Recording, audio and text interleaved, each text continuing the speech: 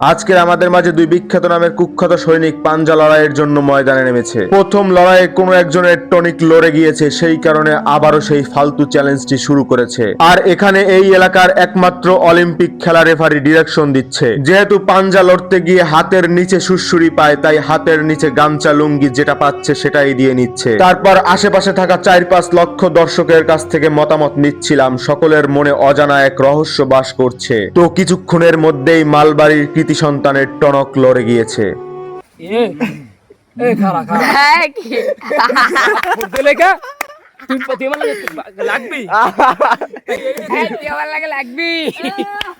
চ্যালেঞ্জে হেরে যাওয়ার পরেও যেমন কনফিডেন্স দেখাচ্ছে, এই কনফিডেন্স আমার থাকলে এতদিনে মুকেশ আম্বানির নাতি হয়ে যেতাম। যাই হোক, এই চ্যালেঞ্জে হেরে যাওয়ার পরে সব থেকে বেশি হাসার অভিযোগে মহিউদ্দিনকে জোর করে পাঞ্জা খেলায় হারিয়ে নিজেকে অনেক শক্তিশালী মনে করছেন এই যুবক। তো আপনারা যদি ভিডিওতে লাইক না করেন, তাহলে আপনাদেরকে এই দুজনের দ্বারা জোর করে পাঞ্জা খেলায় হারানো হবে।